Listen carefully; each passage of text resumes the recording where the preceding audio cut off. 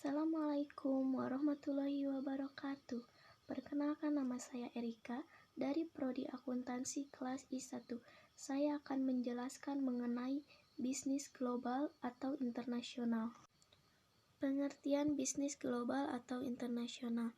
Bisnis global atau internasional yaitu merupakan segala bentuk transaksi yang terjadi di lintas batas negara untuk memenuhi segala kebutuhan individu maupun berorganisasi.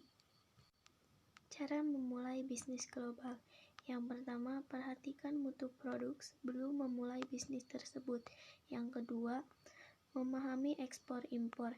Yang ketiga, perhatikan prosedur teknik. Yang keempat, hindari risiko perubahan nilai tukar yang merugikan. Alasan perusahaan melakukan bisnis global. Pelaksanaan internasional bisnis oleh setiap negara dilakukan karena beberapa alasan. Alasan tersebut dilakukan atas dasar keadaan yang sedang terjadi di suatu negara. Beberapa hal alasan tersebut diantaranya: 1. Tidak semua negara memiliki sumber daya alam yang melimpah, sehingga saat terjadinya kondisi lebih murah, maka pilihan membeli lebih tepat dibandingkan dengan memproduksi. Yang kedua, penjualan secara langsung merupakan langkah dalam meningkatkan kondisi keuangan, di mana distribusi yang dilakukan secara luas akan menghasilkan keuntungan yang banyak pula. Keinginan untuk mentransfer teknologi modern agar berjalan secara efektif dan efisien. Contoh perusahaan di Indonesia yang menembus pasar global, di antaranya ada Sido Muncul dan Bio Farma. Sido Muncul yaitu perusahaan yang bermula dari industri jamu rumahan di Semarang pada tahun 1951 ini telah menyentuh pasar ASEAN, Hong Kong, Timur Tengah, Australia, Eropa, bahkan Afrika.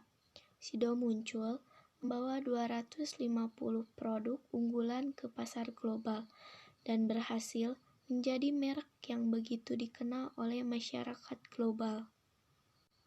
Perusahaan ini mengalami proses yang panjang dalam melakukan ekspansi pasar, yang mana negara-negara lain masih memandang sebelah mata dengan kehadiran obat herbal. Namun, tantangan ini bisa dikelola dengan membangun pabrik standar internasional untuk food supplement, dan Sido Muncul melakukan ekspansi melalui kategori tersebut. Perusahaan Bio Farma, perusahaan yang berbasis di bidang farmasi dan pencegahan penyakit ini patut menjadi kebanggaan Indonesia. Bagaimana tidak? BUMN ini termasuk ke dalam 30 perusahaan farmasi di dunia yang bisa mengekspor vaksin ke 131 negara. Bio Farma memang dalam proses produksinya begitu bergantung pada pasar global.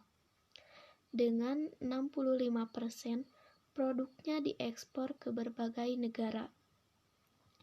Sudah berkiprah selama 124 tahun, perusahaan global ini masih terus melakukan inovasi dalam bidang vaksin.